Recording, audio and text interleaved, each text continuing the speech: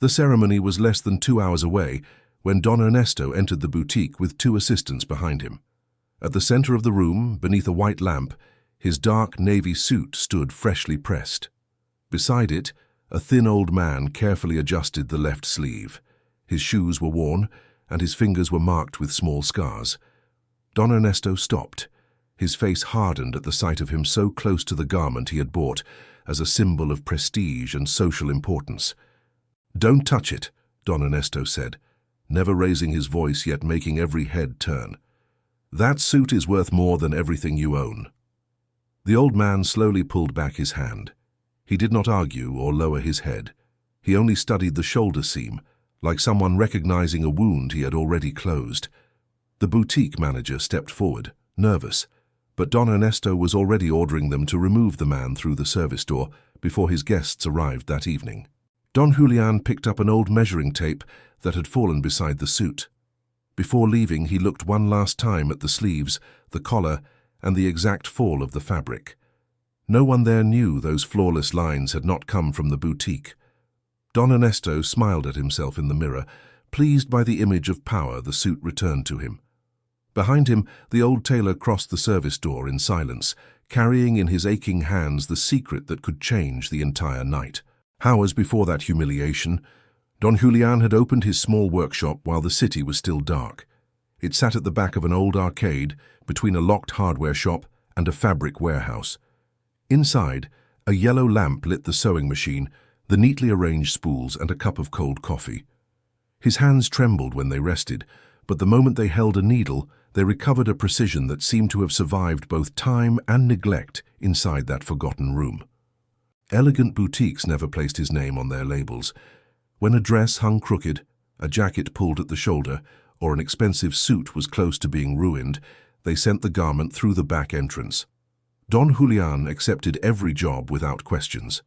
He knew those fabrics better than many salespeople who spoke of exclusivity beside shining windows. They sold prestige. He quietly corrected the mistakes that could destroy it in front of their clients each day. That week, 3 payments were already overdue. Not because he wanted luxury, but because the rent was due and the machine had begun to fail whenever he pressed the pedal. Even so, he never begged. He wrote every job in a worn notebook, charged only what was fair, and returned each garment wrapped in clean paper. That afternoon, someone knocked twice. It was the boutique's signal whenever they brought a problem their own tailors could not solve alone before the deadline. The door opened, and a young woman from the boutique stepped in with a black garment bag against her chest. She did not greet him. She laid the suit across the table and showed him the disaster. One shoulder sagged lower than the other.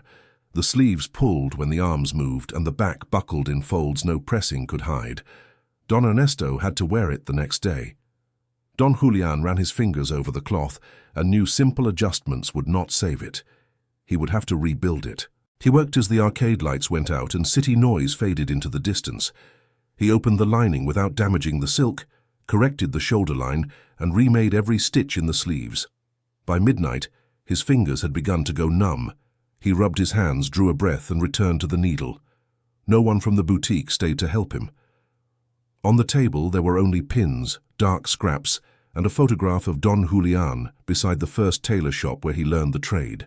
Near dawn, he placed the suit on a worn mannequin and stepped back.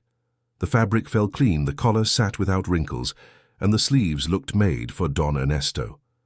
Don Julián clipped one last thread and wrapped the garment in white paper. The young woman returned when sunlight touched the windows.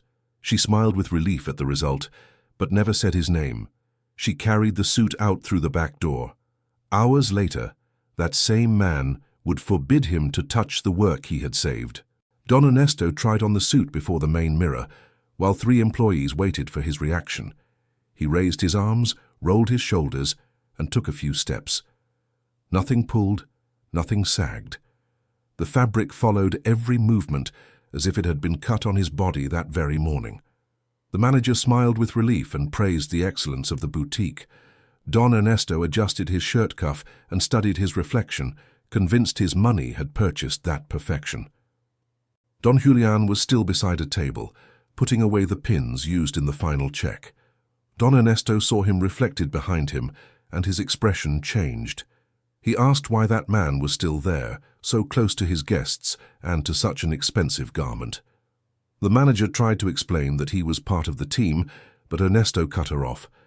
"I don't want dirty hands on my suit or service people in this room when the authorities arrive," he said, with a calmness crueler than a shout. Don Julián closed his sewing box and held Don Ernesto's gaze for a moment. He did not apologize, because he had done nothing wrong. He did not reveal what he had done through the night either. He only answered, "I understand, sir," and walked toward the service exit. As he moved away, he heard the employees praising the fall of the suit. Don Ernesto kept smiling at the mirror, unaware that he had just sent away the only man able to recognize every hidden stitch beneath that elegance. The ceremony began beneath golden lights and crystal-covered tables. Don Ernesto moved among business leaders, officials, and old acquaintances who stepped forward to congratulate him. With every step, the suit looked even more precise. The shoulders held firm, the sleeves fell perfectly, and the fabric followed his body without a single wrinkle. He accepted each compliment with a restrained smile, as though that elegance were visible proof of his importance. That night, every eye was on him. "Impeccable," one guest said, studying the cut of the jacket. "It looks as though it was made by someone who knows your body better than you do." Don Ernesto gave a short laugh and raised his glass. He spoke of the price, the prestige of the boutique, and how much it cost to trust truly exclusive hands. As everyone nodded, no one saw the tired hands that had sewn through the night, or the injured fingers still denied even a name. Don Ernesto did not want to know either. The young boutique employee listened from the edge of the room.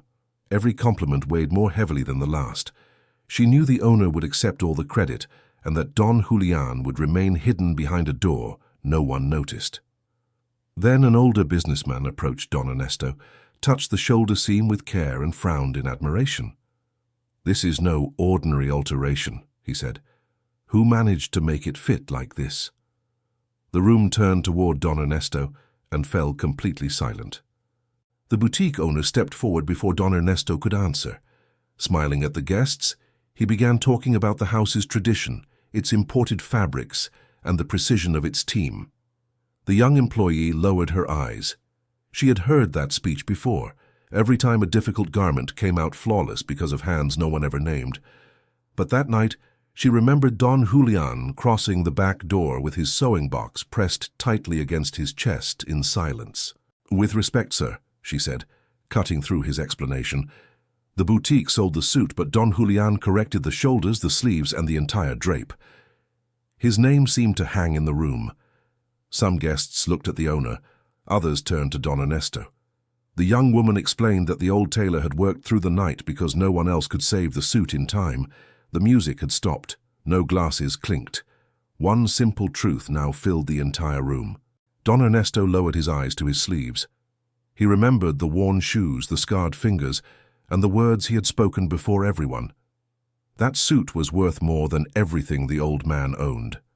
Now, every perfect seam seemed to return them to him. The businessman slowly withdrew his hand from Ernesto's shoulder. No one accused him or raised a voice. They did not need to. For the first time that night, the suit stopped making him look important and began revealing who he was. That same night, after the ceremony lights had gone dark, Don Ernesto arrived alone at the old arcade where Don Julián kept his workshop. He brought no assistance and no commanding tone. He found the old tailor bent over his machine, mending the lining of another man's jacket. For a moment he did not know how to begin. Then he placed an envelope on the table and said plainly that he had come to pay what was fair and ask forgiveness for humiliating the man who had carried his elegance. Don Julián looked at the envelope but did not open it. He raised his eyes and held the silence with the same firmness he used to hold a needle. Don Ernesto admitted that the most expensive suit of his life was worth nothing beside the hands that had saved it. He did not ask the old man to forget the insult or offer excuses. He only promised to do what should have happened from the beginning, speak Don Julián's name before everyone. The tailor gave one small nod, accepting truth, not charity. 2 days later, the boutique opened its doors with Don Julián entering through the front, not the hidden service passage. Don Ernesto stood beside the owner and told clients and acquaintances that the suit admired at the ceremony had been saved by the old tailor. Nothing about Don Julián had changed, only the room's willingness to see him. Soon, people began seeking his workshop by name. Don Ernesto finally learned that a suit can cover a man's body, but never conceal the poverty of his heart.